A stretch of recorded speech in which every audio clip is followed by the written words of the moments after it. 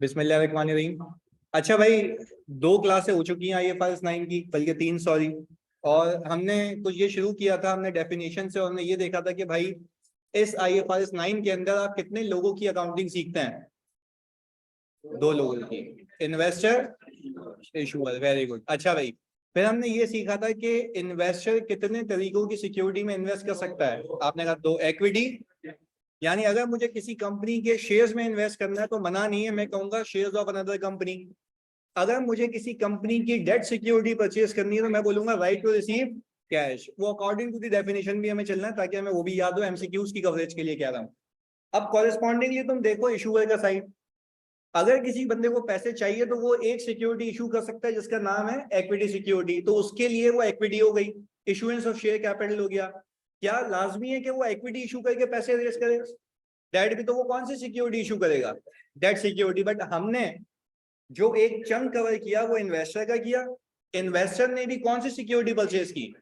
Equity security. यानी investor में भी हमने जो सीखा है वो यही सीखा है कि भाई अगर इन्वेस्टर इक्विटी सिक्योरिटी में इन्वेस्ट करे तो उसकी अकाउंटिंग कैसे होगी। फिर मैं इसको आगे लेके गया और मैंने आपसे ये कहा कि मुझे इतना सा बताओ कि अगर इन्वेस्टर सिक्योरिटी में इन्वेस्ट करेगा तो मुझे बताओ वो सिक्योरिटी को कितने मॉडल पर रख सकता है? 2। आप बोलेंगे रखेगा तो फेयर वैल्यू पे, पर या तो फेयर वैल्यू थ्रू OCI या तो फेयर वैल्यू थ्रू PNL है। 2 मॉडल अलाउड है। अच्छा, ये दोनों के दोनों मॉडल क्या आपकी इंटेंशन पे बेस करते हैं? Yes sir. अच्छा, पर ये ऑप्शन होगा, कोई अंग्रेजी में बता दे जल्दी से। एक ऑप्शन का उसको पीछे अंग्रेजी में एक वर्ड कहते हैं, कोई ऐसा ऑप्शन है जो आप रिवोक नहीं कर सकते, उसको क्या कहते हैं? Irrevocable option. ऐसा। अच्छा भाई, इररिवोकेबल ऑप्शन। अच्छा मुझे एक बात बताओ भाई, वो इररिवोकेबल ऑप्शन है once you are in a single category, अब यहां से वहां मूव, तो फिर कोई आपसे ये पूछे कि ये मूवमेंट अलाउ क्यों नहीं है? मैनिपुलेशन भी नहीं होनी चाहिए, वरना तो आप अकाउंटिंग को अपने मफाद के लिए यूज करेंगे। लॉस होता तो OCI, गेन होता तो PNL, जो कि अलाउड नहीं है। फिर हमने लास्ट क्लास में डिस्पोजल ऑफ सिक्योरिटीज भी सीखा। डिस्पोजल ऑफ सिक्योरिटीज में मुझे प्लीज कंफर्म करो कि अगर मैंने किसी सिक्योरिटी को किसी पॉइंट ऑफ टाइम पे बेचा तो क्या मैं उस सिक्योरिटी को मार्क टू मार्केट करूंगा या सिर्फ पैसे ले आऊंगा? ये हमें बहुत क्लियर रखना है कि मैं सिर्फ पैसे ले आऊंगा। अच्छा, जब मैं पैसे लेके आऊंगा तो क्या ग्रॉस अमाउंट लेके आऊंगा या नेट ऑफ कमीशन? तो हमें एक चीज याद रखनी है कि fair value less transaction cost. तो फेयर वैल्यू में से मैं लेस करूंगा ट्रांजैक्शन कॉस्ट, तो I will get the amount which I am going to receive. उसको नंबर ऑफ शेयर से मल्टीप्लाई करूंगा, मुझे कैश प्रोसीड मिल जाएगी। मैं इन्वेस्टमेंट को कौन सी अमाउंट से निकालूंगा? फेयर वैल्यू पे या जितने पे कैरी हो रही थी? फेयर वैल्यू से नहीं। फेयर वैल्यू से इसलिए नहीं क्योंकि आपने उसको फेयर वैल्यू पे रखा हुआ नहीं है। अगर आपको फेयर वैल्यू से हटाना है ना तो पहले आप उसको रीवैल्यू करें।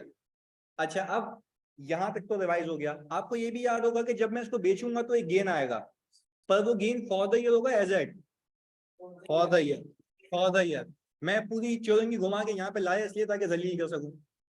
क्विज मैंने देखे, सोल्यूशंस मैंने देखे, कोई 295 स्टूडेंट्स ने क्विज को अटेम्प्ट किया है।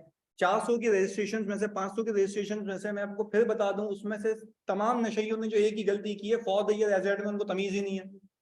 एक बच्चा मुझे कह रहा है कि सर मेरे से गलती हो गई, मैं ट्रांजैक्शन कॉस्ट को लेस नहीं किया, ट्रांजैक्शन कॉस्ट को ऐड नहीं किया। भाई ये वो मार्क्स हैं जो तुम गेन कर सकते हो, ये बिला वजह के लूज कर रहे हो। मैं तुम्हें क्विज सिस्टम लाया क्यों? ताकि तुम्हें अपनी अपनी असेसमेंट हो, और हर रोज होगा ये। बता रहा हूँ, क्विज करोगे पास हो जाओगे आराम से, क्योंकि तुम्हें वहां पे तमीज आएगी रीड करने की, एक सवाल को क्या है, उस सवाल की रिक्वायरमेंट क्या है। अब एक कितने लोग ऐसे हैं अल्लाह की कसम बताओ जिसने फॉर द ईयर एजेड में बढ़ मारा था क्विज में? ऑनेस्टली बताओ यार, कोई सीखने वाली बात है कोई? और ऐसे चैंपियन जिन्होंने क्विज ही नहीं किया, देखो देख के पता तो लगता है मुझे, नाम क्योंकि आते हैं वहां पे मेरे पास।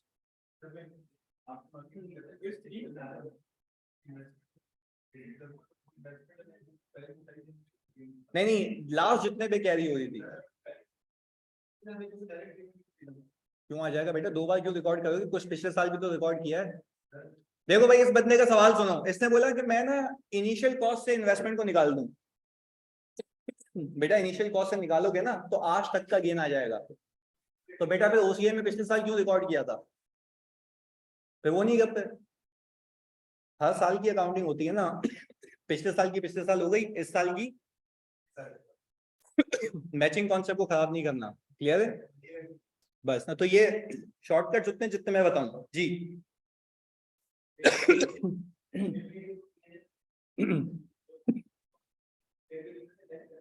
बिल्कुल करते हैं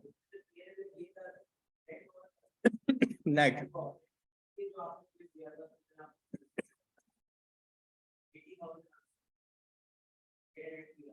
कौन सा वाला? एक मिनट बोलो बोलो। उसमें तो देखो देखो दो चीजें अलग, तुम दो चीजों को मिक्स कर रहे हो। देखो एक चीज सुनो, एक होता है फेयर वैल्यू का गेन। जब मैं फेयर वैल्यू का गेन रिकॉर्ड करता हूँ ना, उसके अंदर ट्रांजैक्शन कॉस्ट को कंसिडर नहीं करता। जब तुम फेयर वैल्यू पे जाते हो तो क्या ट्रांजैक्शन कॉस्ट कंसिडर करते हो? नहीं। अच्छा क्यों नहीं करता? क्योंकि वहां पे ब्रोकर इन्वॉल्व नहीं है। वो मैं अपनी किताबों में उसको फेयर वैल्यू पे लेके जा रहा हूँ। मैंने ये बताया भी था लेक्चर के बीच में कि ट्रांजैक्शन कॉस्ट सिर्फ दो जगह आएगी, खरीदते वक्त, बेचते वक्त। बात क्लियर है? इस चीज का ख्याल रखना, हर जगह ट्रांजैक्शन कॉस्ट नहीं आएगी। गेन निकाल रहे हो ना। अब ये देखो देखो ये अच्छी अच्छी चीज है इसने पूछी। क्या वो ये पूछ रहा है कि गेन ऑन डिस्पोजल, या वो ये पूछ रहा है गेन ऑन रीमेजरमेंट? दो अलग अलग बातें हैं। अगर वो पूछे ना, देखो अगर मैं एक सवाल दूं आपको, बड़े सुकून और तामुल से रिक्वायरमेंट्स को समझते हैं, गलती नहीं करनी मुझे एग्जाम में। पहली चीज, अगर मैं आपको ये कहूं कि लेट से मुझे पूरे साल की इनकम निकाल के दो, अब उस इनकम में जो डिस्पोज हुआ वो भी आ जाएगा, और जो मार्क टू मार्केट हुआ वो भी आ जाएगा। अच्छा अगर मैं आपसे सिर्फ पूछूं कि गेन ऑन रीमेजरमेंट निकाल के दो, तो मैं सिर्फ क्या पूछ रहा हूँ? नहीं, सुनो सुनो सुनो वापस से। मेरा पहला सवाल क्या है, फिर हम आगे चलते हैं। पहला सवाल, मेरी रिक्वायरमेंट को समझो मैं क्या क्या रहा हूँ, क्योंकि ये आपने वरना ब्लंडर मारना एग्जाम में जाके। मैंने पूछा रिक्वायरमेंट के अंदर, एमसीक्यूज के अंदर, गेन ऑन रीमेजरमेंट। रीमेजरमेंट का मतलब क्या है? फेयर वैल्यू पे लेके जा रहे हो, इसका गेन बता दो, तो सिर्फ वो फेयर वैल्यू गेन बताओगे। मैं बोलूंगा गेन ऑन डिस्पोजल बताओ, तो फिर बेचने वाला बताओ। क्लियर है? दोनों अलग अलग चीजें हैं। सेट है? ओके जी, तो इस बात का ख्याल रखना है आपने। अच्छा एक और चीज, ताकि मैं रिकॉल करके फिर आगे जाऊं, अब तक का रिवीजन चल रहा है। मैंने एक फेयर वैल्यू थ्रू ओसीआई की सिक्योरिटी को बेचा, तो क्या उसका फॉर द ईयर का रिटेन अर्निंग में फेंकूंगा या आज तक का? पिछले साल का भी सारे शेयर से, या जो शेयर बेचे हैं वो? बस ये बात याद रखिएगा। अच्छा अब वो चीजें करने के बाद मैं इसमें आपसे कुछ शेयर नहीं करूंगा। ये सीए फाइनल का पास पेपर है 7 मार्क्स का। इसमें उसने बोला ये था कि मुझे जनरल एंट्रीज बना के दो, और मुझे बैलेंस शीट और पीएनएल के एक्सट्रैक्ट बना के दो। तो ओवर टू यू नाउ, क्योंकि पहला आपका पास पेपर का सवाल है और मुझे बिलीव है कि तुम ये कर पाओगे। सही से सोच के करना, रीड करके सीए फाइनल का, इसलिए कह रहा हूं।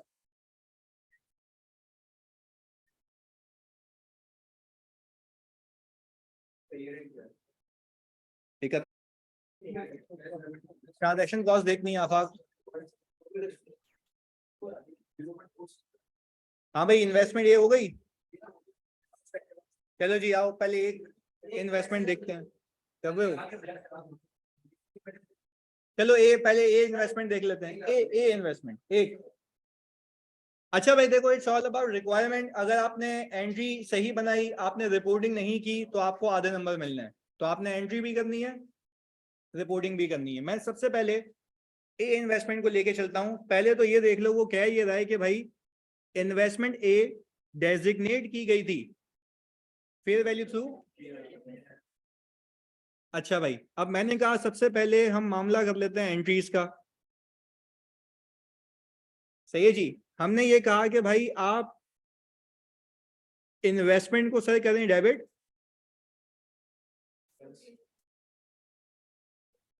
और कैश क्रेडिट।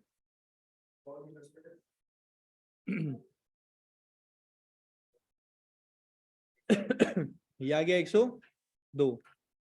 अच्छा भाई, फिर साल के बीच में डिविडेंड मिला आपको अक्टूबर में।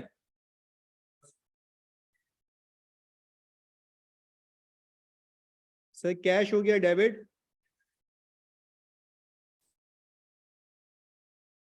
ये आ गया 12 से।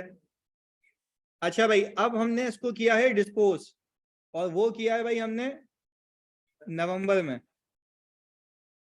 तो सर अगर हम नवंबर का इवेंट देखें, तो नवंबर के इवेंट में मुझे इतना पता है कि जब बेचूंगा तो मुझे कैश मिलेगा नेट ऑफ ट्रांजैक्शन कॉस्ट। अच्छा अब मुझे एक बात बताएं, इन्वेस्टमेंट ए का मैंने 20% बेचा है। अच्छा, पहले तो आप एक काम ये करें कि मैंने इन्वेस्टमेंट ए अपने पास जो रखी हुई थी वो कितने पे रखी हुई है, 100 पे। अच्छा, तो वो तो हो जाएगी मेरे पास यहाँ पे क्रेडिट, यानी सर इसका मैंने 100 का ले लेना है, 20% ये आ गया। अच्छा, ये तो अल्लाह का शुक्र है सवाल में इसने बीच में कहीं मार्क टू मार्केट नहीं करवाया। 2 सालों में खेलते ना तब तुम और सोचते, वरना ये तो इनिशियल रिकॉग्निशन है और डी रिकॉग्निशन है, दैट्स इट। इसके बाद कैश इसके अगेंस्ट में ये कह रहा है कि भाई 20% के अगेंस्ट में 23 आया है, बट मैं आपको ये बताऊं अगर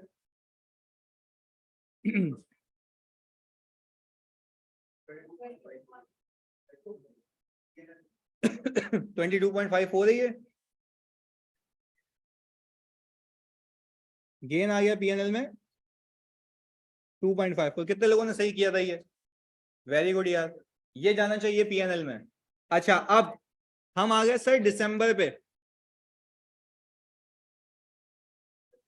दिसंबर पे आप पहले ये देखें, for the purpose of investment a आपके पास कैरिंग अमाउंट है 80 की, उसकी फेयर वैल्यू चल रही है 105।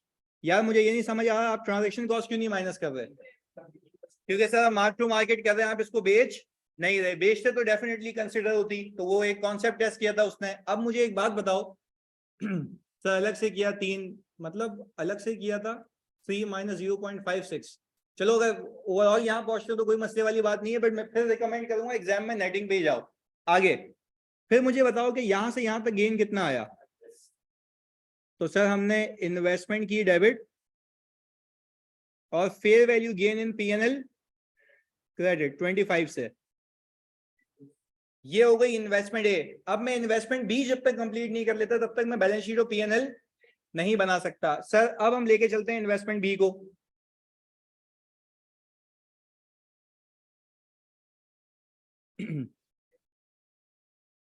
अच्छा, आपके पास कैश क्रेडिट कितने से हुआ?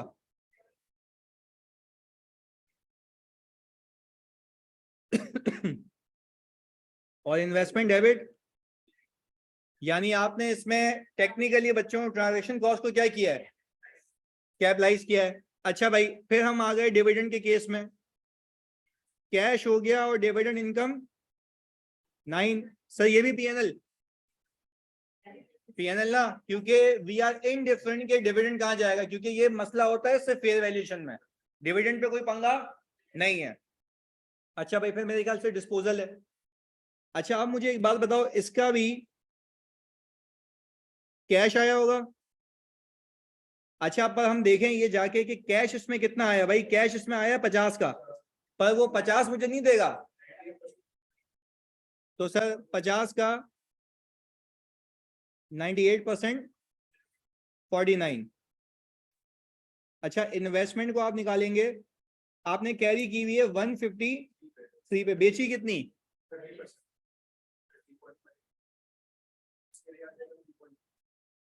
उसी आ गया 3 पर सर मुझे ये लगता है कि ये ओसीआई जो फॉर द ईयर है वही एजेड है, तो यही ट्रांसफर हो जाएगा।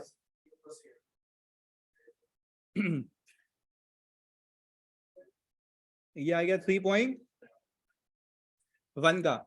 अच्छा भाई, फिर इसके बाद आ गए हम दिसंबर में। कैरिंग अमाउंट, मुझे लगता है कैरिंग अमाउंट निकाल लेते हैं। सर हमने इसको 153 पे रखा था, 45.9 हटा दिया, ये आ गया। फेयर वैल्यू 130 है, 22.9 आ गया। सर आपने यहाँ पे इन्वेस्टमेंट को किया डेबिट 22.9 से, और ओसीआई क्रेडिट हो गया 22.9 से। कोई ऐसा जिसने पूरा सही किया हो? Very good. एक साथ एंट्रीज हो सकती हैं बिल्कुल, नहीं एक साथ एंट्रीज बिल्कुल हो सकती हैं, ये तो मैंने बिल्कुल साथ भी हो सकती है, कोई मसले वाली बात नहीं है। अच्छा भाई, इधर अब फोकस के साथ, अगर मैं पीएनएल के एक्सट्रैक्ट बनाऊं, या पहले तुम बनाते हो? पहले तुम लोग बनाओ जी, पहले तुम लोग बनाओ, फिर हम बनाते हैं यहाँ पे।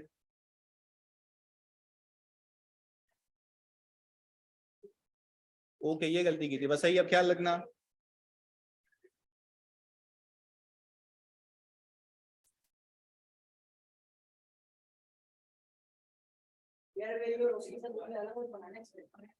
एक पहले कंपनी तो एक ही है ना। ओके, अभी देखते हैं।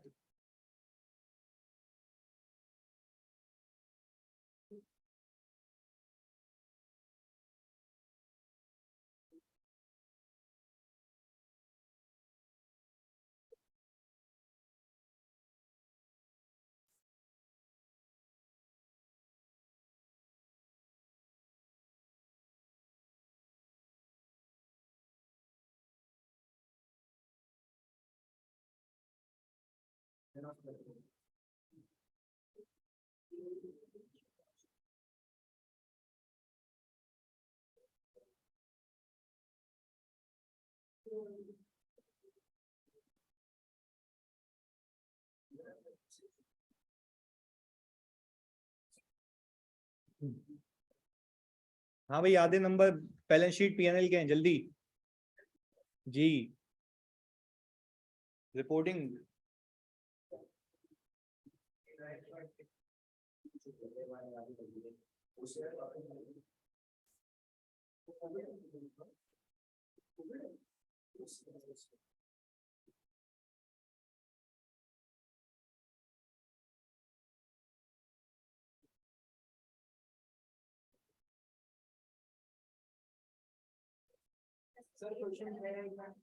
एक एक दिखा दो, अलग अलग दिखा दो, दोनों अलाउड है।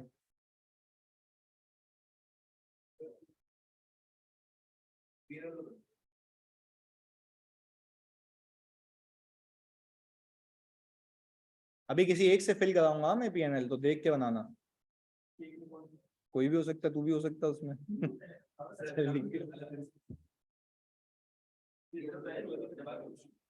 यार ये FR2 में करना चाहिए बस, बाकी कुछ भी करो जिंदगी में। मार्क्स ही इसके हैं, मैंने हर एक पहले सवाल से एक्स्ट्रा बनाना, प्रैक्टिस कर रहे हैं ना। अब आएगी, बनवाएगा जानी।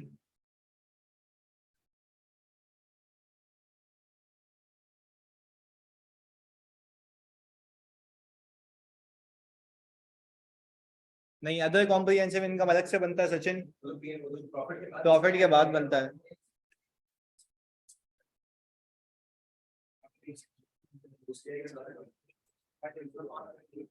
तुम ये सोचो कि अगर तुम्हारी इस पे ग्रिप है तो आसान है, ये 7 मार्क्स कुछ भी नहीं है जी।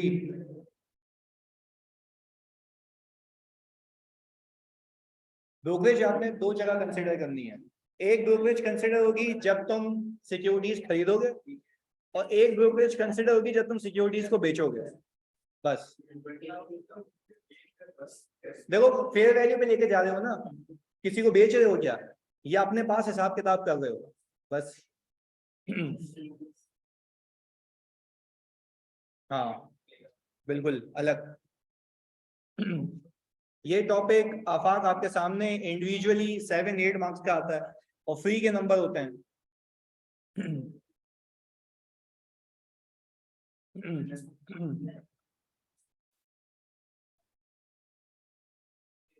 फ्री के नहीं है तो ये क्या है, इतना आसान तो है हम ना। चलें जी भाई, अब बता दो यार।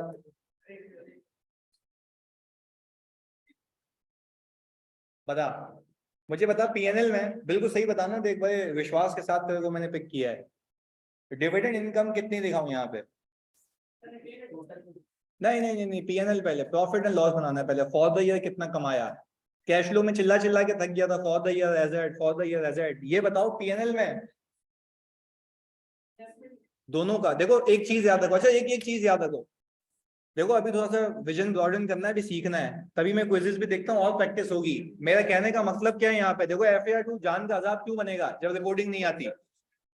कंपनी तो एक ही है ना, मैं से 10 सिक्योरिटी की अकाउंटिंग कर रहा हूँ, तो सबकी अकाउंटिंग अलग होगी, रिपोर्टिंग एक होगी।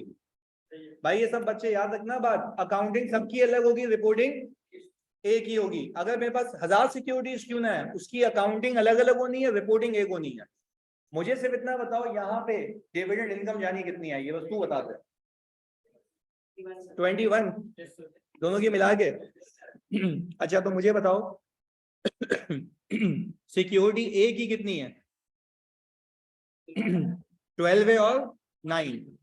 तो आपने यहाँ पे अपनी वर्किंग बतानी है एग्जामिनर को। 12 + 9 आ गया 21, यही आ गई। अच्छा जल्दी से मुझे सोच के बता और क्या आएगा पीएनएल में। ऑनलाइन वाले आप बता सकते हैं, फोकस। गलत, वो नेट हो गई है। हाँ वो इनिशियल वाली नहीं हुई। ओके, ये आ गया ब्रोकरेज माइनस, गुड हो गया। जल्दी से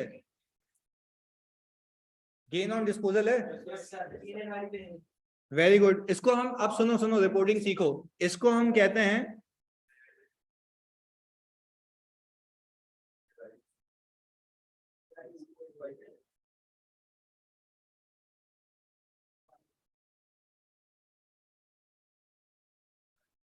अच्छा भाई, realised gain on disposal of shares. एक मिनट, मैं रियलाइज गेन इसको यहाँ पे इसलिए लिख रहा हूँ क्योंकि मेरे शेयर होल्डर को पता हो कि ये जो मेरे पीएनएल में गेन गिरा है, इसमें रियलाइज कितना है, अनरियलाइज कितना है। भाई खुद मुझे बात बताओ, दोनों पीएनएल में, पर आपने रियलाइज का मतलब क्या है, वो बेच दिया आपने, उसके पैसे आ गए। तो अगर मैं यहाँ पे जाऊं पीएनएल के लिए, तो मेरे पास यहाँ पे जरा ये देखना, ये वाला गेन आ रहा है जो आपने बेचा है 2.54 का।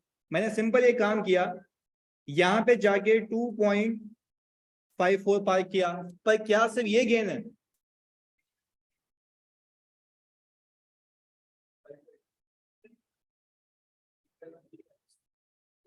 अनरियलाइज गेन ऑन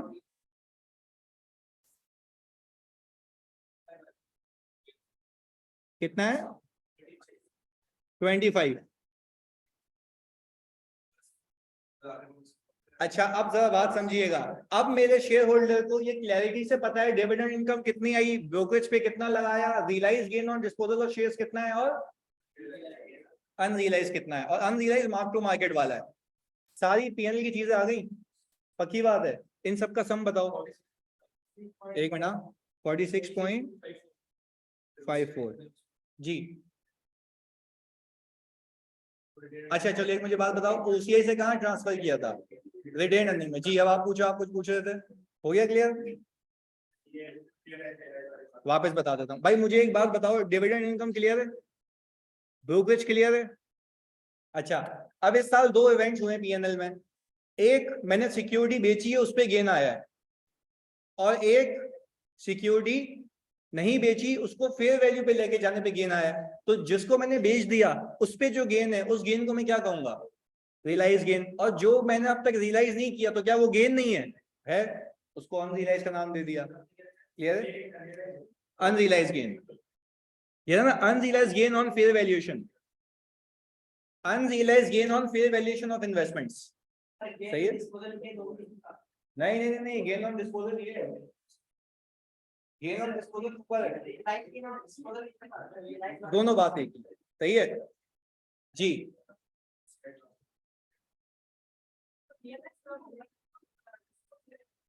बिल्कुल, तो ये सिर्फ रियलाइज वाला लगा रहा है। सही है। अच्छा भाई, चलो वापस से मैं बता रहा हूँ। आफाक पूछ रहे हैं सर यहाँ पे कि सर आपने जो ट्रांसफर किया था, मैं वापस से अल्लाह की कसम खा के कह रहा हूँ, ट्रांसफर कहाँ किया था? इक्विटी में किया था, रिटेन अर्निंग में किया था, यहाँ पे उसका कोई काम नहीं है। भाई बात क्लियर है? अच्छा भाई, अब इधर इसके बाद जानिए, आप बनाते हैं ओसीआई। इसके बाद क्या बनाते हैं? ओसीआई। अच्छा प्लीज आप मुझे बताइएगा, मैं यहाँ पे कह रहा हूं गेन ऑन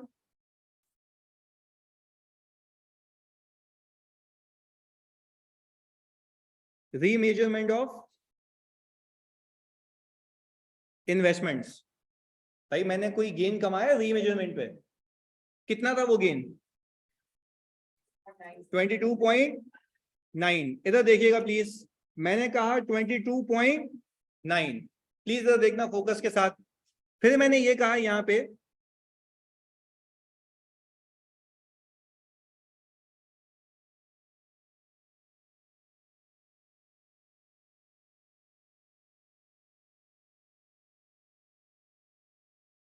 अभी बता रहा हूँ, इधर जाओ ओसीआई में, कितना था ये 3.1।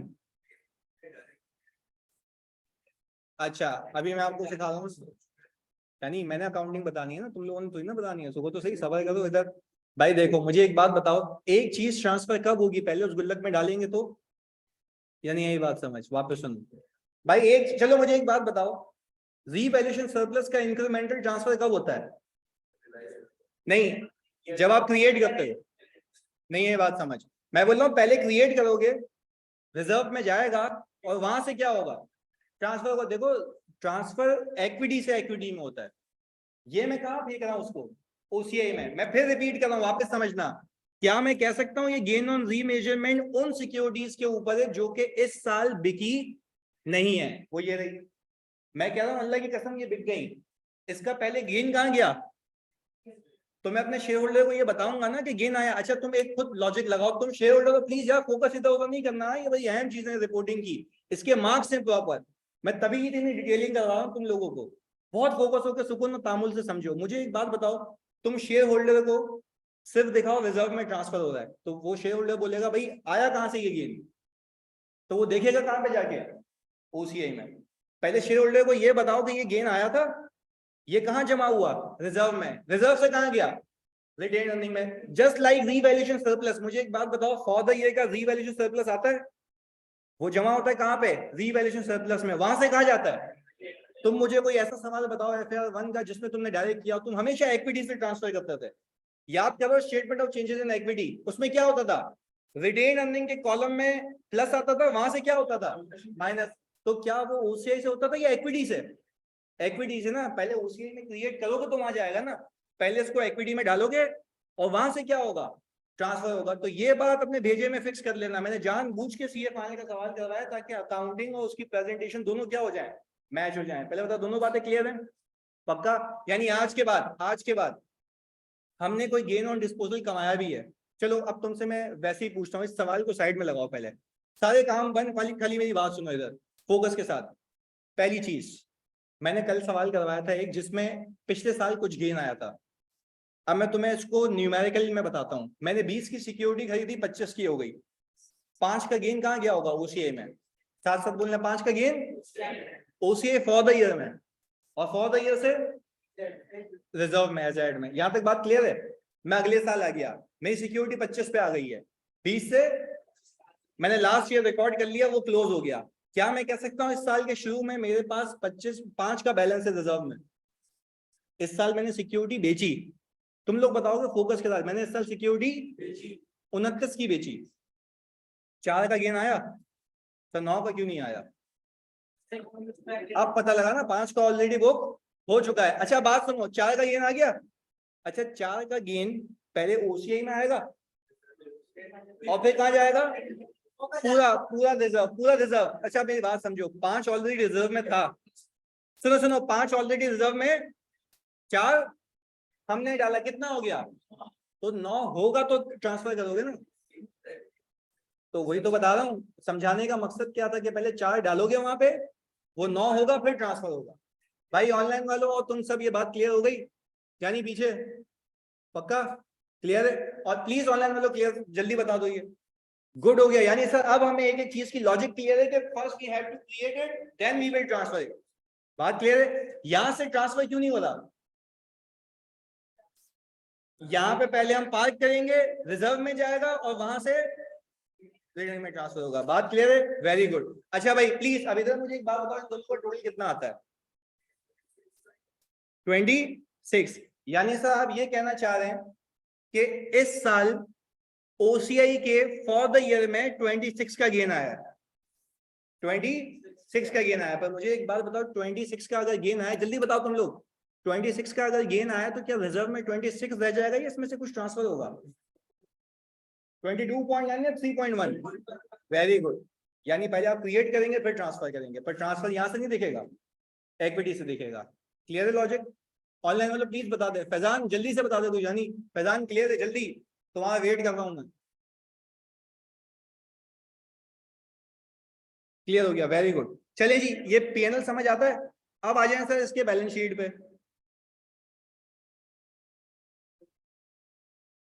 अच्छा भाई सर इन्वेस्टमेंट क्या फेयर वैल्यू पे आएगी?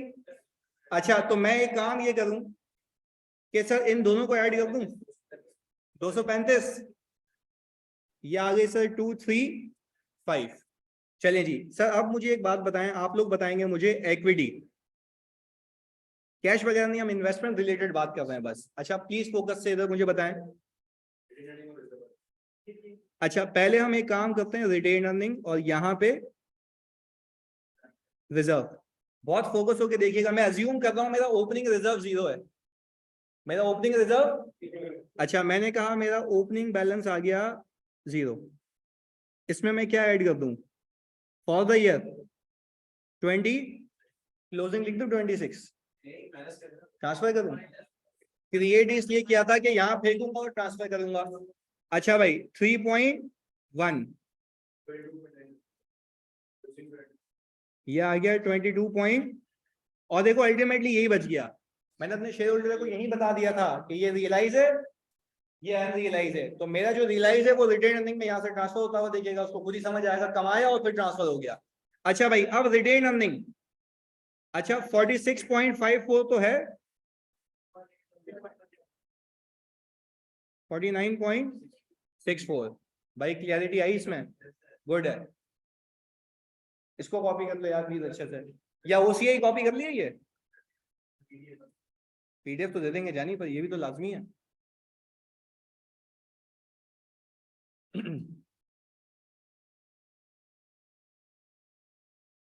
अब देखो जब हमारी वैसे कभी बात होती है ना उन लोगों से, आईकेएफ वालों से, तो वो पता है कहते हैं क्या, वो कहते हैं ये क्या बच्चे ने एंट्री बना दी पर उसको ये तमीज नहीं थी कि उसको ओसीआई में दिखाना था, और उसने कहा कि भाई मैंने नंबर नहीं दिया है, और जेन्युइनली नहीं दिए क्योंकि बच्चे को रिपोर्टिंग नहीं आती। तो आपको ये पता होना चाहिए कि पहले वो क्रिएट होगा, ट्रांसफर होगा, फिर रिटर्निंग में जाएगा, ऐसे लेके चलना है इसको। ये देख लो, बैलेंस शीट देख लो, फिर हम आगे चलें। डन।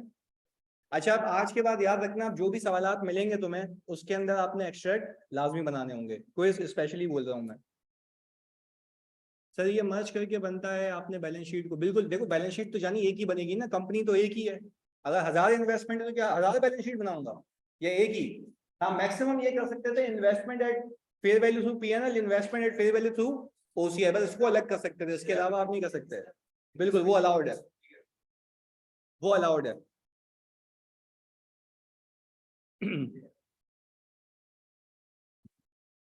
सुबह शाम 4:30 से 6 या सुबह, ये शाम में ही देना 4:30 से 6। हाँ तो ये नहीं ले रहा गया, अच्छा ये तो हो गया ना, सही है जी। यानी एक मिनट रुकना जानी, एक सवाल है प्लीज सब सुनना, ताकि हो सकता है किसी और का भी हो जी। सही है, देखो आप मेरी बात सुनो, आपको आईएफआरएस क्या कहता है? आपको आईएफआरएस ये कहता है कि भाई आपकी इंटेंशन पे डिपेंड करता है, अगर आपने शॉर्ट टर्म के लिए रखी हुई है, आपने खरीदी 3 महीने के लिए और उसकी मेच्योरिटी भी 3 महीने, तो कहाँ ले जाओगे? शॉर्ट टर्म में। अगर उसकी कोई मेच्योरिटी डिफाइंड नहीं है, लॉन्ग टर्म में। आपकी इंटेंशन है जल्दी बेच दोगे, लिखा हुआ है आपने बोर्ड ऑफ डायरेक्टर में शॉर्ट टर्म में, इंटेंशन पे डिपेंड करता है। सही है जी, तो लॉन्ग टर्म शॉर्ट टर्म ऐसे बाइफरकेट हो जाएगा, अभी मैं उसमें नहीं गया। ए वाला शॉर्ट टर्म, अच्छा एक और चीज सुनो सुनो सुनो सुनो, फोकस के साथ इधर इधर प्लीज सुनो, लाजमी नहीं है ये शॉर्ट टर्म में है। सुनो, मैंने खरीदी है इन्वेस्टमेंट ट्रेडिंग के लिए, ऐसा तो नहीं है कि मैं पूरा पोर्टफोलियो बेच दूंगा, उसके कुछ शेयर बेचूंगा फिर दूसरे खरीदूंगा, कुछ शेयर बेचूंगा। तो ये आपने देखना है। सही है जी, इंटेंशन पे डिपेंड करता है वेदर लॉन्ग टर्म और शॉर्ट टर्म। आपको सवाल में बता देगा स्पेसिफिकली, उसकी आपको टेंशन नहीं लेनी। अच्छा भाई अपने पास आप हेडिंग डाल दें जल्दी से, डेट सिक्योरिटीज की।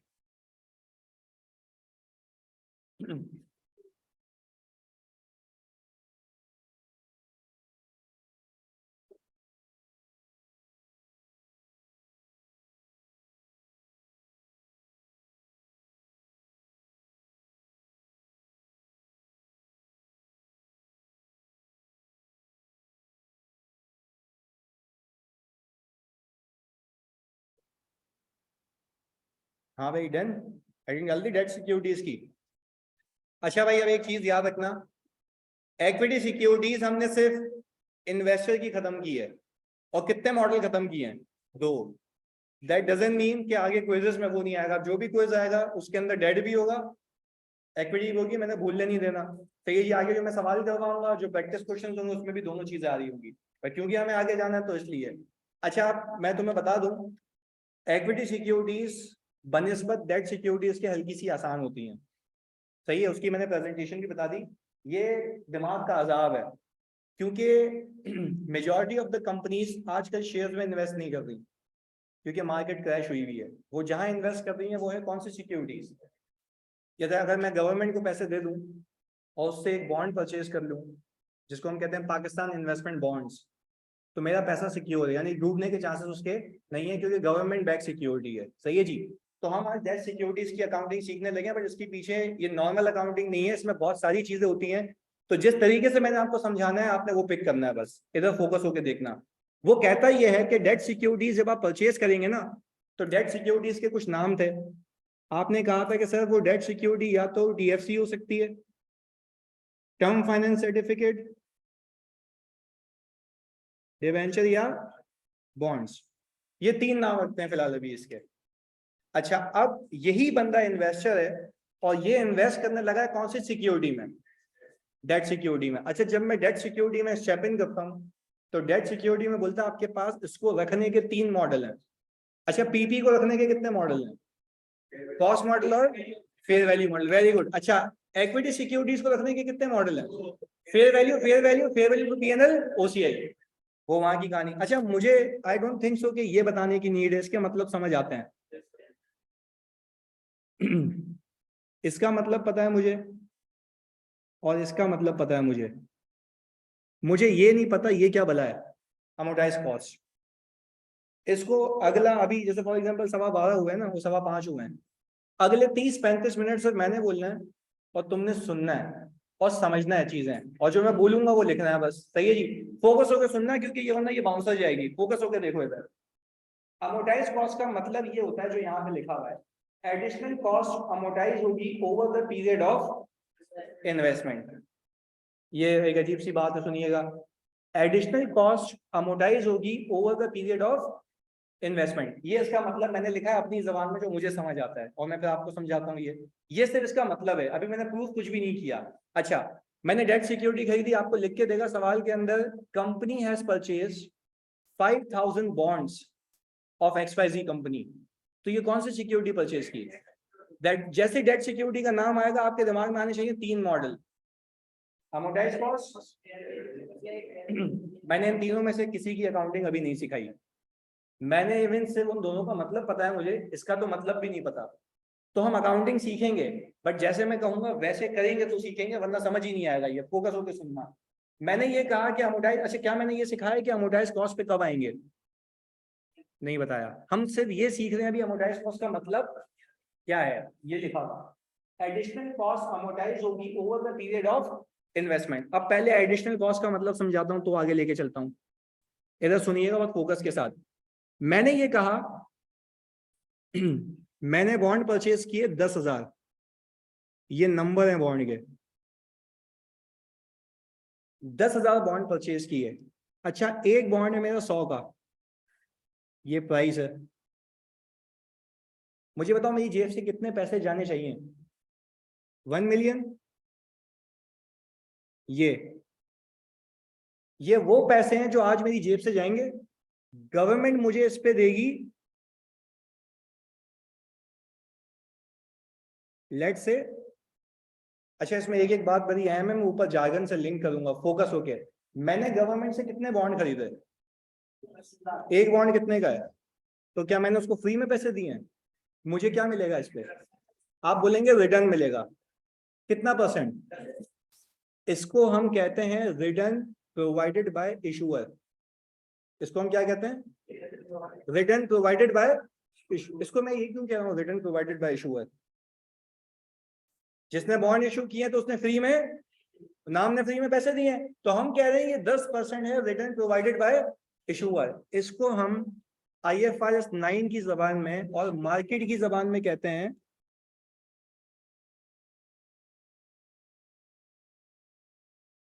Coupon rate. यानी ये, अच्छा देखो, मैं पहले ये अल्फाज यूज करता नहीं मजा आता।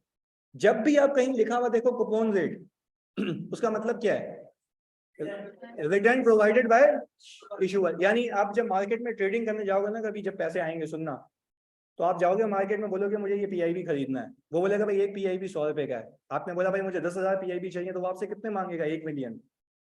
पर आप पूछोगे उससे 1 मिलियन पे कूपन कितना दे रहे हो? बात समझ आ रही है? 1 मिलियन पे कूपन का मतलब क्या है? इंटरेस्ट कितना दे रहे हो? बात समझ आ रही है? तो आज के बाद जब कूपन की बात करोगे तो कूपन का मतलब क्या? Return provided bye issuer. पहले बताओ ये जार्गन समझ आया? चलिए जी, वेरी गुड। मैंने दूसरी चीज पूछी। दूसरी चीज क्या पूछी? मैंने बोला मुझे बताओ ये मुझे पैसे वापस कब मिलेंगे? उसने बोला 3 साल। कितने साल बोले? 3 साल। मैंने कहा यार मतलब ये इन्वेस्टमेंट में पैसे फंस गए मेरे 3 सालों के लिए। इसको मैं कहता हूं टर्म ऑफ इन्वेस्टमेंट। क्या कहता हूं? और you can say period of investment. क्या कहता हूं मैं? अच्छा, मैंने कहा इसका टाइम है 3 years। इसको मैं कह रहा हूं सर ये है पीरियड ऑफ इन्वेस्टमेंट। ये मुझे बात समझ आ गई बहुत फोकस से। यार मैंने उसको कहा कि भाई यार देखो मैं तो इतना गरीब आदमी हूँ, अभी अभी मैं आपके पास इन्वेस्ट करने आया हूँ, आपने मुझे कूपन का मतलब समझा दिया कि भाई ये वो रेट होता है जिसपे मुझे रिटर्न मिलता है। कूपन यानी आप जब भी इन्वेस्टमेंट करने जाओगे, आप मार्केट में देखो कूपन कितना चल रहा है, तो उसका मतलब क्या है कि सिक्योरिटी पे इतना रेट चल रहा है। बात क्लियर है? अच्छा, अगर मुझे ये देखना है कि मुझे 1 साल में कितना मिलेगा, मैं इस पे लगा दूंगा 10%। नहीं यही बात समझ? भाई मैंने पैसे इतने दिए तो मुझे रिटर्न भी इसी पे मिलेगा ना। तो मुझे एक बात बताओ, मुझे रिटर्न मिलेगा 1 लाख रुपए। अब मैं बहुत टेक्निकलिटीज को उसको दूसरी जगह से कनेक्ट करूंगा, तो फोकस होके देखना। अच्छा, मैंने ये कहा कि अगर मैं इसको 3 से मल्टीप्लाई करूं तो ये मेरी हो गई, अगर मैंने कुछ गलत नहीं कहा तो यही है। अच्छा, यानी आप अगर आपसे कोई पूछे आपको 3 साल में कितना कूपन मिलेगा? 3 लाख रुपए। सही है जी? कितना मिलेगा? 3 लाख रुपए। अच्छा भाई सचिन मेरे भाई वापस से इधर देख ले, कहाँ से रिपीट करूं भाई? एक तो तू लेटा होता है, फिर तेरे को याद आता है कि मैं उठना भी है मुझे। इधर जल्दी बता दे कहाँ से। मैं ऐसे थोड़ी ना कि ऑल टुगेदर शुरू से जाऊंगा, पूरी कहानी लेके चल रहा हूँ यहाँ से यहाँ तक की। जल्दी बता भाई, स्पेसिफिकली बता सचिन, टाइम नहीं है। कुपन वाली बात, अच्छा भाई चलो कुपन वाली बात इसको नहीं समझे वापस से। भाई मैंने ये कहा कि कोई तो मैं आम जबान में बोले कि इतने पैसे दोगे तो इतना इंटरेस्ट मिलेगा, पर तुम्हें मार्केट की जबान में कोई बोले इतने पैसे दोगे तो इतना कूपन मिलेगा, बात क्या है? सेम है। इंटरेस्ट रेट को यहाँ पे रिप्लेस कर दो तो कूपन रेट से, दैट्स इट। सही है भाई? तो खुद भंगी सेम क्या तो रहा है, तो यही तो बात है। सही है सचिन? अच्छा भाई इधर फोकस के साथ ये बात क्लियर है? ओके। अच्छा, फिर मैंने कहा कि भाई 3 years है पीरियड ऑफ इन्वेस्टमेंट। कूपन कितना मिलेगा? 10%। 1 साल में 1 लाख रुपए, 3 साल में, यानी मेरा रिटर्न 3 लाख रुपए 3 सालों में। अच्छा, अब मैं तुम्हारे लेवल पे आके तुम्हें बात बताता हूँ, सुनना। मुझे एक बात बताओ, क्या मैं ये कह सकता हूँ, अगर मैं गलत हूं तो मुझे रोक देना वहां पे, जो कि मैं हूं नहीं इधर। अगर मैं ये कह सकता हूँ कि अगर मैं 3 सालों में 3 लाख रुपए कमाऊं तो मैं परसेंटेज वाइज 10% कमाऊंगा। नहीं एग्री नहीं कर रहे तुम लोग? ऐसा ही है ना भाई? अगर मैं 3 सालों में 3 लाख रुपए कमाऊं तो परसेंटेज वाइज 10% कमाऊंगा। पहले बताओ ये बात क्लियर है? भाई देख लो, फिर इससे मुकरना नहीं, क्योंकि आगे मैंने कनेक्ट करना। फिर रिपीट कर रहा हूँ, 3 सालों में 3 लाख रुपए कमाऊं तो मैं परसेंटेज वाइज कितना कमा रहा हूं, क्योंकि उसी से ही ये निकाला है ना। तो मैंने कहा कि भाई मेरा रिटर्न 10% है इफ मैं अमाउंट कितनी कमाऊं, कितने सालों में? 3 सालों में। यहां तक बात आपको समझ आती है? अच्छा, अब मैं अगर आपसे एक मासूमाना सवाल करूं, अगर आप मुझे समझा पाएंगे, अगर मैं इसमें से कुछ खर्चा करूं, वापस समझो वापस समझो, 3 लाख रुपए तो अभी मैंने ये कहा ना कुछ खर्चा ही नहीं करना। अब लेट से इस 3 लाख रुपए को कमाने के लिए ब्रोकर कहेगा कमीशन तुम्हारा बाप मेरे को देगा, जो तुम बोल रहे हो 10% कमाओगे। जरा इस बात को समझो, ये कनेक्ट करना है मेरे को भी भाई। यहाँ पे ये पूरी डेट सिक्योरिटीज की कनेक्शन ही यही है, तो बात समझो मैंने क्या बोला। अब तक की बात क्लियर है? मेरी जेब से कितने जा रहे हैं? 1 मिलियन। 1 मिलियन पे सूद कितना मिलेगा? इसको अंग्रेजी में हम क्या कहते हैं? Coupon rate. अच्छा भैया मुझे एक बात बताओ, इस कूपन को अगर मैं 3 साल कमाऊं तो जेब में कितने आएंगे? तो अगर मैं कह रहा हूँ पैसे 3 लाख आएंगे तो रिटर्न 10% होगा। पर मैं दूसरी बात भी तो कह रहा हूँ कि अगर इसमें से कुछ ब्रोकर मुझसे ले जाए तो क्या ये 3 लाख रुपए रहेंगे या कम हो जाएंगे? चलो भाई ये भी बात समझ आ रही है। यानी सर अगर मैं लेट से ऐसे ही अज्यूम करूं, मेरा ब्रोकर मुझे कह रहा था कि भाई तूने जो ये 1 मिलियन की ट्रांजैक्शन की है ना, इस 1 मिलियन का 1% तो तुम मुझे दोगे, तो कितना हो गया वो? 1% कितना हो गया जल्दी बताओ? 10,000। अच्छा भाई मैंने कहा 10,000 रुपये हो गई मेरी क्या, तो ये आ गया मेरा 290। अच्छा अब मेरी बात समझिएगा, क्या मैं कह सकता हूं ये 290 इज माई एक्चुअल रिटर्न? नहीं मान नहीं रहे हो तुम लोग, एक्चुअल रिटर्न ना। ओके चलिए भाई सर हमने लिख दिया एक्चुअल रिटर्न। पर मुझे तुम एक और बात समझाते हो कि अब मेरा परसेंटेज वाइज रिटर्न 10% रहेगा या कम हो जाएगा? कितना कितना?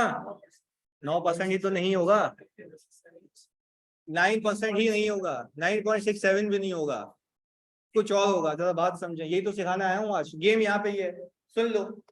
मेरे को खाली जहां मकसद पे पहुंचाना था वो पहुंचा चुका हूँ। बहुत फोकस होकर सुनना है, इधर सुनो यार जानी, अब मुझे कनेक्ट करना है। पूरी क्लास अभी इस पे चलेगी खाली जार्गन समझने पे। इधर देखो सुनो, मुझे बताओ 3 लाख रुपए कमाऊं तो रिटर्न कितना? अच्छा मैं तुमसे सिर्फ इतनी सी इल्तिजा ये पूछना चाह रहा हूँ कि अगर 3 लाख रुपए से कम कमाऊं तो तुम क्या लोगों को ये कहोगे मैंने 10% कमाया या 10% से कम कमाया? अच्छा 10% से जो भी कम कमाया that is my actual return, that is my. अच्छा अब एक्चुअल रिटर्न को मैं वर्ड को रिप्लेस कर रहा हूं, that is my effective return, that is my. अच्छा अब मैं और रिप्लेस कर रहा हूं, that is my internal rate of return, IRR, internal rate of return. अच्छा यार तो फोकस होकर सुनना मेरी बात, मुझे यहाँ पे कनेक्ट करना है। वो आपको कहता क्या है यहाँ पे, ये जारगन में लेके आ गया। मैंने अकाउंटिंग नहीं सीखा है अल्लाह की कसम, मैं अमोर्टाइज्ड कॉस्ट का मतलब समझाने लगा हूं, पर वो भी अभी समझाया नहीं है। अभी हम डेट सिक्योरिटीज में जस्ट अभी घुसे हैं, उसमें कुछ चीजें पहले समझ आनी चाहिए, फिर मैं ये अकाउंटिंग करवा सकता हूँ, इसका मतलब समझा सकता हूँ। फोकस होकर देखना। वो कहता ये है कूपन रेट का मतलब क्या है? रिटर्न प्रोवाइडेड बाय इशूअर, ये मैंने बताया। अच्छा भाई internal rate of return IRR, ये क्या होता है?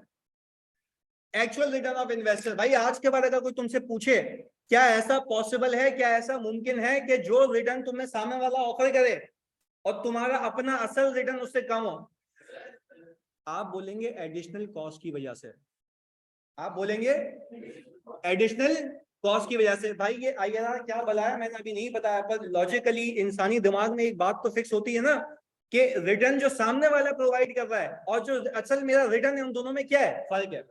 और फर्क किस वजह से? आप बोलेंगे एडिशनल कॉस्ट। किस वजह से? पहले बताओ यहां तक कोई कंफ्यूजन है? पक्की बात है जानी पीछे? देखो इसमें मसला नहीं होना चाहिए, मैं फिर कह रहा हूं, तभी इतनी मेहनत से बिल्कुल बेसिक से उठा रहा हूं। क्लियर है ना बात? चलिए जी ऑनलाइन वालों प्लीज कंफर्म करो मुझे, तो मैं आगे लेके चलूं। मैंने अभी कुछ बेसिक बातें बताई हैं जल्दी से। वेरी गुड यार, बिल्कुल क्लियर, बहुत अच्छा। इधर देखो आगे, अब मैंने ये कहा मैं वापस से डेट सिक्योरिटीज में आ गया। अच्छा आप जब तुम कभी मार्केट में डेट सिक्योरिटी खरीदने जाओ, या तुम किसी कंपनी के CFO तुम्हें CEO बोल रहा है कि भाई इस सिक्योरिटी में इन्वेस्ट करते हैं, तुम उसको ये बताओगे कि 10% दे रही है, या उसको ये बताओगे कि ट्रांजेक्शन कॉस्ट नेट वेट सब करने के बाद इतना दे रही है? पक्की बात है ना? अगर तुमने उसको 10% बोल दिया ना, तो वो एक्सपेक्ट करेगा जेब में 3 लाख आएंगे, जबकि जेब में 3 लाख रुपए उससे। तो दैट मीन्स कि your actual return is different from the return provided by the issuer। अच्छा मुझे एक बात बताओ, इशूअर जो रिटर्न दे रहा है उसको मैं अंग्रेजी में क्या कहूंगा? कूपन।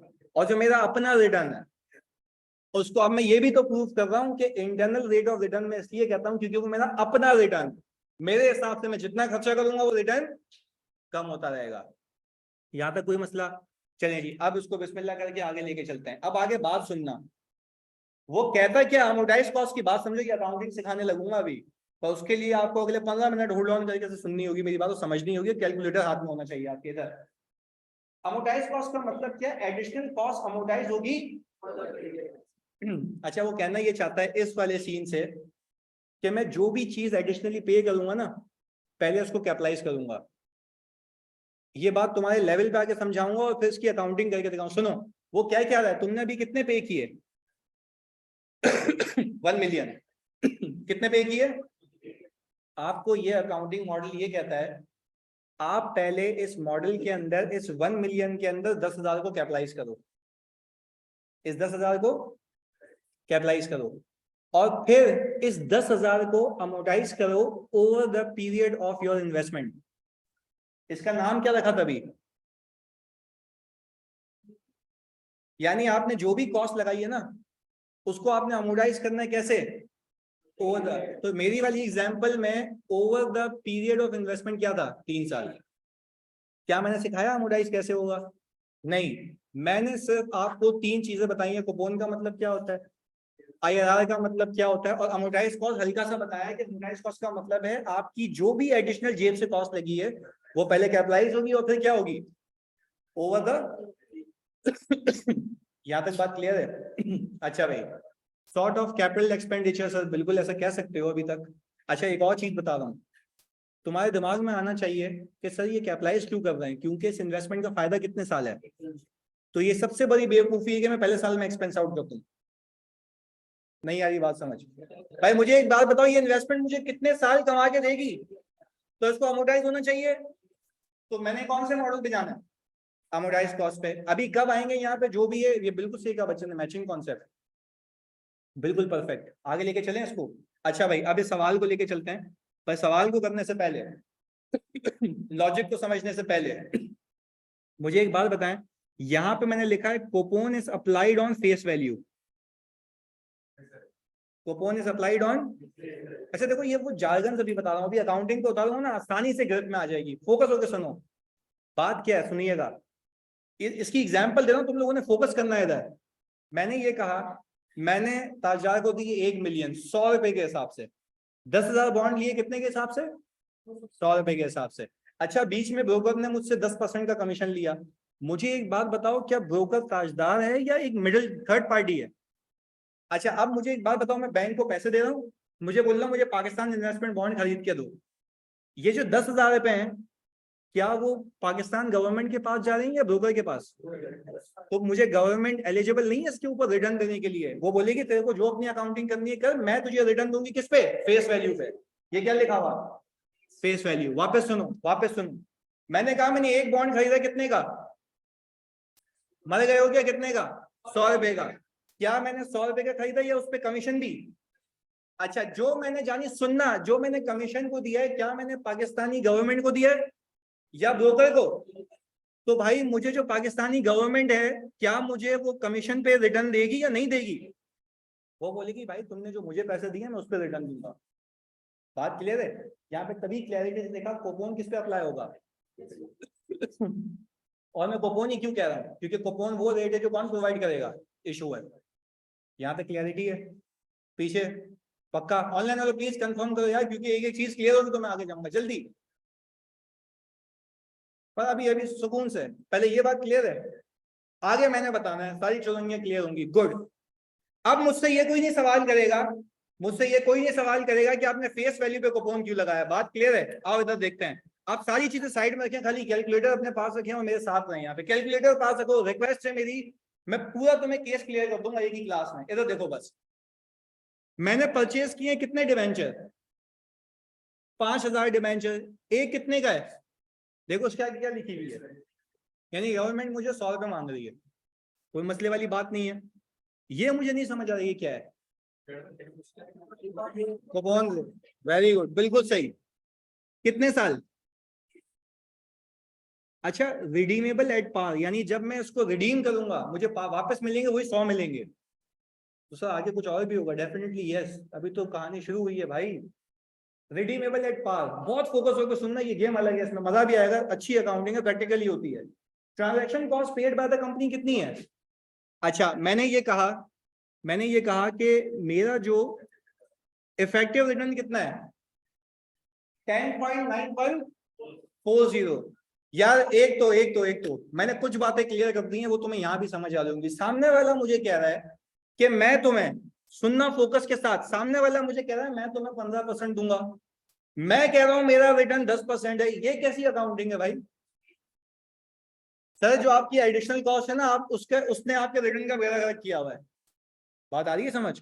यानी सर यही तो मैंने पहले क्लियर किया कि there is a difference between your return provided by the issuer and your actual return. दोनों में क्या है, फर्क है। किस वजह से? मैं अल्लाह की कसम खाता हूं, ये सिर्फ ट्रांजैक्शन कॉस्ट की वजह से है। वो नहीं होती ना तो मेरा असल रिटर्न भी कितना होता, 15%। कोई पंगे वाली बात नहीं होती। यहां तक क्लियर हो? अच्छा, अब इधर देखना, फोकस के साथ एक एक एंट्री भी बनाएंगे और 1 साल कंप्लीट करूंगा, फिर मैं तुमसे पूछूंगा कि लॉजिक समझ आया। इधर सुनना, मैंने क्या कहा? मैंने कहा कि भाई आप इनिशियल रिकॉग्निशन करेंगे। इनिशियल रिकॉग्निशन मेरी फेस वैल्यू कितनी है भाई? आप बोलेंगे सर 5,000 डिबेंचर खरीदें, 100 रुपए का है, 5 लाख रुपीज।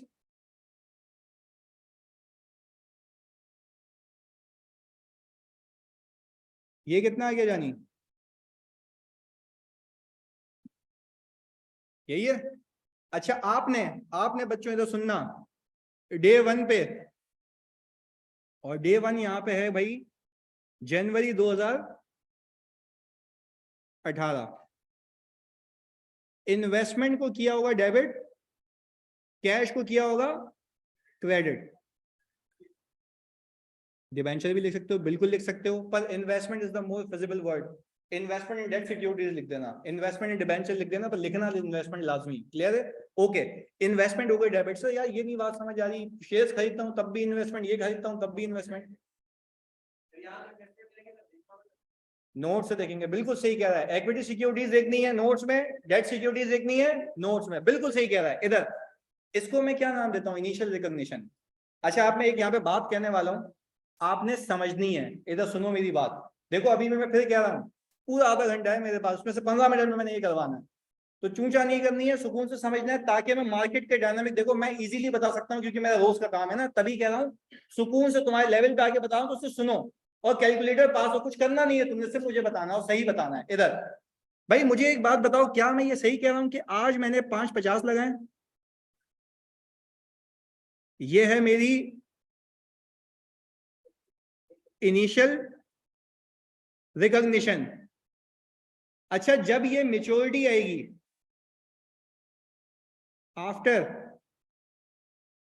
3 इयर्स, मुझे लगता है मुझे सिर्फ 5 लाख रुपए वापस मिलेंगे। यार ये तो बात ही नहीं समझ आ रही। दे 5, 50 हजार मिलेंगे, 50,000 रुपए क्या हो जाएंगे? एक्सपेंस आउट हो जाएंगे। हाँ, अब उस अमोर्टाइजेशन को मैं एक्सपेंस कह रहा हूँ, वो क्या हो जाएंगे? क्योंकि अगर तुम गवर्नमेंट के पास जाओगे ना कि भाई मुझे 550 दे, गुद्दी पे चमाट मार के भगाएगी, बोली कि मैंने कहा था उसको दे, वो तुम्हारा उससे सौदा है। हमें कितने दिए तुमने, हम वापस भी कितने देंगे?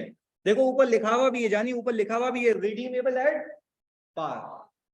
यहां तक बात क्लियर? यानी सर एक बात मुझे समझ आ रही है, तुम लोग बताओगे मुझे। एक बात समझ आ रही है, आज की तारीख में मैंने 50,000 रुपए कैपिटलाइज किए और वो 3 सालों में क्या हो जाएंगे? अमोर्टाइज। और आखिर में कितना बचेगा? 5 लाख रुपए, 5 लाख रुपए, 5 लाख रुपए। हाँ, वो जीरो हो जाएगी। अब इधर मैंने ओपनिंग बैलेंस लिया 2018 का 550। मैंने बुक करनी है इंटरेस्ट इनकम। अच्छा, अब जरा सुनिएगा, मेरा एक्चुअल रिटर्न कितना है? 109140%। बहुत सुकून से समझना, क्योंकि यहाँ पे मुझे एक चीज क्लियर करनी है। अच्छा, एक सवाल आया सर, जब मेच्योरिटी पे वापस मिलेंगे तो तब ट्रांजैक्शन कॉस्ट नहीं देनी पड़ेगी? नहीं ना, दो बार क्यों लेगा भाई? ये क्या सिक्योरिटी बेच रहे हो या सिर्फ रिडेम्पशन है?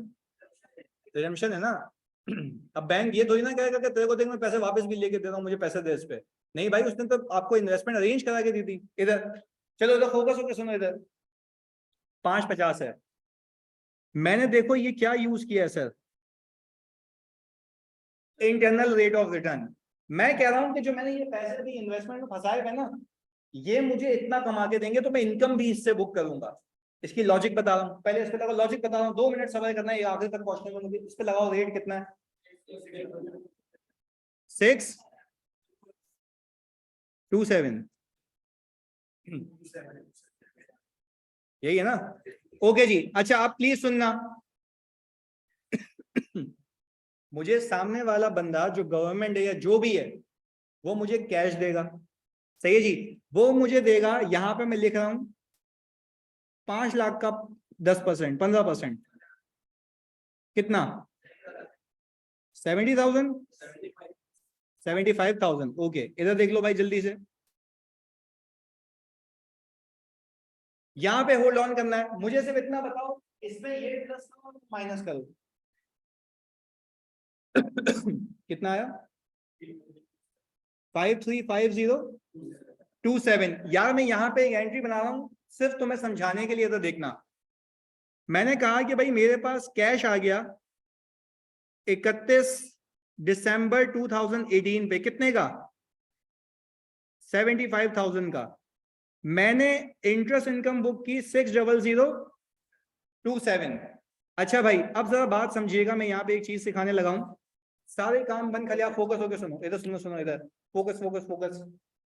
मैंने ये कहा कि मेरी इनकम आइडियली 75,000 रुपए होनी चाहिए थी। मेरी इनकम आइडियली 75,000 रुपए होनी चाहिए थी। मैंने 75,000 से कम बुक की है।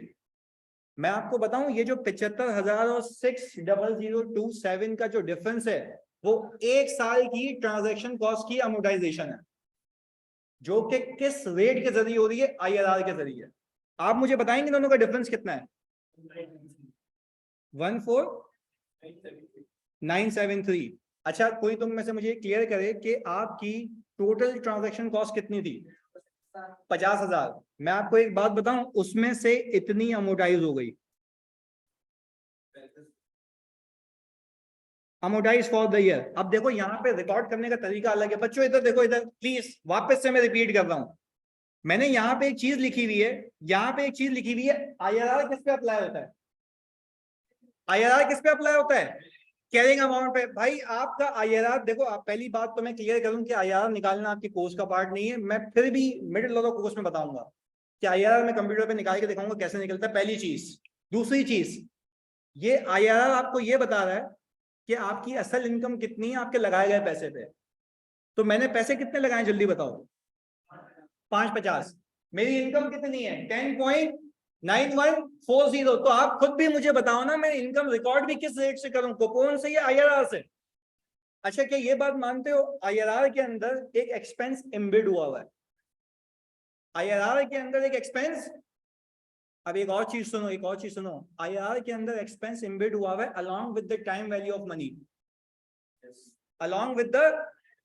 ऐसे तो तुम लोग मुझे कहो सर स्ट्रेट लाइन पे कर देते, ऐसे तुम मुझे कहोगे सर स्ट्रेट लाइन पे ना करने की वजह एक ही है, टाइम वैल्यू ऑफ मनी। तो मुझे एक बात बताओ, आज के बाद कोई तुमसे पूछे IRR के अंदर क्या तुम्हारा रिटर्न प्रोवाइडेड बाय इशूअर है 15% का, हाँ या नहीं? तो फिर इसमें से क्या माइनस हुआ है? Along with time value of money. तो आपको IRR निकाल के इसलिए दिया उसने, और प्रैक्टिकल लाइफ में अकाउंटिंग IRR पे ही होती है। एक जो भी इन्वेस्टर होता है ना, वो करता क्या है, पहले अपने कैश फ्लो बनाता है, आज इतने पैसे लगाऊंगा ये मिलेंगे, तो मुझे रेट बता दो कितना होगा। वो एक रेट निकालता है, पूरे साल उस पर अकाउंटिंग करता है। यहाँ पे हमने रेट निकाला, कितना निकाला? 10.9140। ये रेट वो रेट है जिसपे मैं इनकम बुक करूंगा, तो उसके, ये मेरा एक्चुअल रिटर्न है। ये मेरा कौन सा रिटर्न है? इसके अंदर ट्रांजेक्शन कॉस्ट क्या हुई है? अब मुझे एक बात बताओ, अब मुझे एक बात बताओ, यहाँ पे जो इन्वेस्टमेंट इनकम में बुक कर रहा हूँ, इंटरेस्ट इनकम, ये 75,000 इसलिए नहीं है क्योंकि इसके अंदर क्या माइनस हुआ है? तो कोई आज के बाद तुमसे पूछे कि इनकम कम क्यों आ रही है, तो तुम बोलना इसके अंदर एक अमोर्टाइजेशन एक्सपेंस है जो इस इनकम के अंदर क्या हो चुका है। अच्छा, कौन से रेट के जरिए? IRR के जरिए। पहले बताओ यहाँ तक बात क्लियर है? अच्छा, अब आओ जल्दी, काम लिखना नहीं, अमोर्टाइज कॉस्ट का मतलब समझते हैं। अमोर्टाइज कॉस्ट का मतलब क्या लिखा हुआ है? एडिशनल कॉस्ट अमोर्टाइज होगी। यार बहुत सुकून से तो देखना, मैं कह रहा हूं एक मेरी कॉस्ट होती है, इस सवाल में मेरी इन्वेस्टमेंट की कॉस्ट कितनी थी? 550। कॉस्ट कितनी थी इन्वेस्टमेंट की? 5 7 साल बोलना, इन्वेस्टमेंट की कॉस्ट कितनी थी? 550। अच्छा, उसमें से अमोर्टाइज कितना हुआ? 14973। कैलकुलेटर निकालो, 550 में से 14973 माइनस करो, 535027। अमोर्टाइज कॉस्ट का मतलब, अभी रिपीट कर रहा हूँ, चिपक जाएगा दिमाग में। अमोर्टाइज कॉस्ट का मतलब ये होता है टोटल कॉस्ट में से कुछ अमोर्टाइज होगा और जो बच जाएगा वो अमोर्टाइज कॉस्ट है। जो बच जाएगा, ईडी लगा हुआ है ना आखिर में, एक कॉस्ट ऑफ इन्वेस्टमेंट कितनी है 550, उसमें से कुछ अमोर्टाइज हुआ तो कॉस्ट में से अमोर्टाइजेशन माइनस करो तो कौन सी कॉस्ट बचेगी? Amortise cost. वापस से टोटल कॉस्ट में से क्या माइनस की? अमोर्टाइजेशन। तो क्या बचा? Amortise cost. वापस से टोटल कॉस्ट में से अमोर्टाइजेशन माइनस की तो क्या बचा? तभी इस मॉडल का नाम क्या है? Amortise cost. यानी अमोर्टाइज कॉस्ट का मॉडल आए इसलिए कि आपने जो भी एडिशनल कॉस्ट है आपने कैपिटलाइज की और उसको अमोर्टाइज कर दिया over the period of your investment, straight line पे या आईआरआर के जरिए। पहले बताओ अमोर्टाइज कॉस्ट का मतलब समझ आया? ये समझाना चाहा था। अब आओ अगले साल इधर, अभी कनेक्टिविटी है। मैं अगर ये कहूं 2019 में ओपनिंग बैलेंस कितना है, प्लीज इसके ऊपर यही रेट लगाओ 10.9140 59 ओके 58393। भाई गवर्नमेंट आपको कह रही है हम तो 75 ही देंगे, आपकी अकाउंटिंग जो भी हो। क्लोजिंग कितना? 518,420। अच्छा भाई प्लीज, हाँ मैं यहाँ पे आप लोगों के लिए एक एंट्री बना रहा हूँ। 31 दिसंबर 2019 पे कैश हो गया डेबिट मेरा 75,000 से, इंटरेस्ट इनकम आ गई मेरी 58393 और इन्वेस्टमेंट 16607। सर मैं कह रहा हूं ये है मेरी, यानी आप वाज़े तौर पे देखें, ये अमोर्टाइजेशन एक्सपेंस के तौर पे नहीं देखेगी, ये इनकम में नेट हुई हुई है। ये अमोर्टाइजेशन वाज़े तौर पे ये इनकम में, तभी तो तुम्हारा आईआरआर कम है। तुमने आईआरआर बोला क्या था? मेरा अपना रिटर्न। तो मैंने जो भी इन्वेस्टमेंट की हुई है उस पर मैं इनकम ही उससे बुक कर रहा हूँ जिसके अंदर ट्रांजैक्शन कॉस्ट ऑटोमेटिकली क्या हुई हुई है? नेट हुई हुई है। और हर बैंक हर कंपनी यही अकाउंटिंग करती है। बात क्लियर है? अब फोकस होकर सुनना इधर। सर मुझे एक बात बताएं, 2020 में 518,420 पे वापस से लगाओ 10.9140%, 56,580। सर 75 माइनस करूंगा तो आखिर में बचेगा 5 लाख। आखिर में कितना बचा? 5 लाख रुपए। अच्छा भाई मैं इसकी भी एंट्री बना दूं, 31 दिसंबर 2020, यानी कैश कितना? Interest income 56580। अच्छा भाई ये आ गई हमारी इन्वेस्टमेंट। या प्लीज एक चीज मुझे कंफर्म करनी है, कैलकुलेटर निकालो आप, खाली ये तीनों अमोर्टाइजेशन का सम करेंगे प्लीज। 50,000 आता है? अच्छा अब एक और चीज भी तो प्रूफ करनी है। देखो यार मैं फिर बता रहा हूँ ये बड़ी अहम चीज है, क्योंकि पूछता वो ये लाजमी है, क्योंकि हर कंपनी इन्वेस्टमेंट करके बैठी हुई है। फोकस होकर सुनो इस बात को। यहाँ पे मैं आप लोगों के लिए सिर्फ एक एनालिसिस बना रहा हूँ।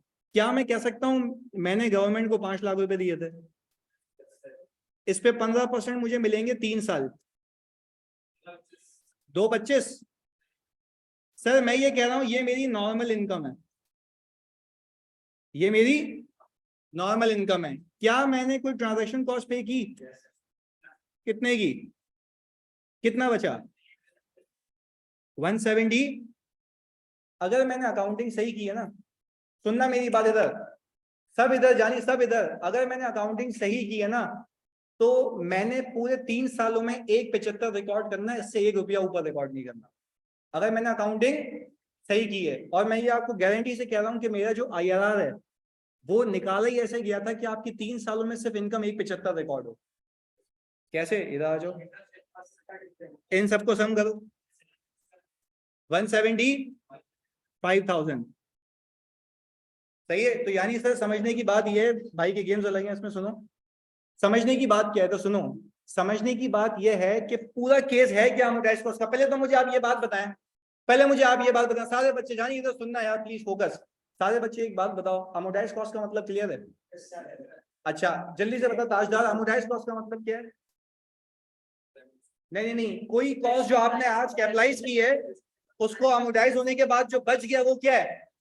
Amortise cost. ये चीज नेट बुक वैल्यू नहीं कह सकते ना, अमोर्टाइज कॉस्ट मॉडल का नाम है ना, दिस इज नॉट पीपी। सही है जी। ओके आगे सुनो प्लीज वापस से। अमोर्टाइज कॉस्ट का मतलब यह है कोई भी कॉस्ट आपने कैपिटलाइज किए, उसमें से कुछ अमोर्टाइज होगा, अमोर्टाइजेशन के बाद जो बच गया वो कॉस्ट अमोर्टाइज होकर जो बच गई उसका नाम क्या है? Amortise cost. ये मैंने मतलब समझा दिया। अब आगे सुनो जल्दी से। कूपन का मतलब क्या है? Return provided bye issuer. क्या is there any possibility that my return is lower than the return provided by issuer? किस वजह से? Additional cost. अच्छा आज के बाद मैं तुमसे पूछूं तुम अकाउंटिंग कौन से रेट पे करोगे?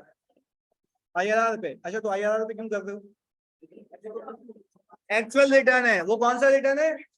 तो क्या ये मानते हो कि जो आईआरआर आप लोगों ने निकाला है, बच्चों को आईआरआर इस तरीके से निकाला गया है कि return provided bye issuer plus मेरे खर्चे उसमें से क्या हुए हैं, तो जो मैं इनकम बुक करूंगा वो सब कट पिटा के होगा, ऐसा ही है? तो मैंने अपनी कैरिंग अमाउंट पे आईआरआर लगाना है और पैसे किस हिसाब से लाने हैं? एक्चुअल के हिसाब से। पैसे किसके हिसाब से? फेस वैल्यू के हिसाब से, एक्चुअल के हिसाब से। अच्छा अब आप बात समझें, आपको पैसे मिलेंगे ज्यादा, इनकम रिकॉर्ड होगी कम, तो बाकी क्या हो रहा है? अमोर्टाइजेशन। तो कोई आज के बाद आपसे ये पूछे कि इनकम कम क्यों है, तो आप बोलेंगे इसके अंदर क्या नेट हुआ है? अमोर्टाइजेशन। कितने साल की? अगले साल, दूसरे साल की, अगले साल, तीसरे साल की। तो क्या तीनों सालों में आपके सामने 550 से 5 लाख तक का सफर दिखता है? तो टेक्निकली इनकम जो काम बुक हुई है उसके अंदर 50,000 क्या हुआ है?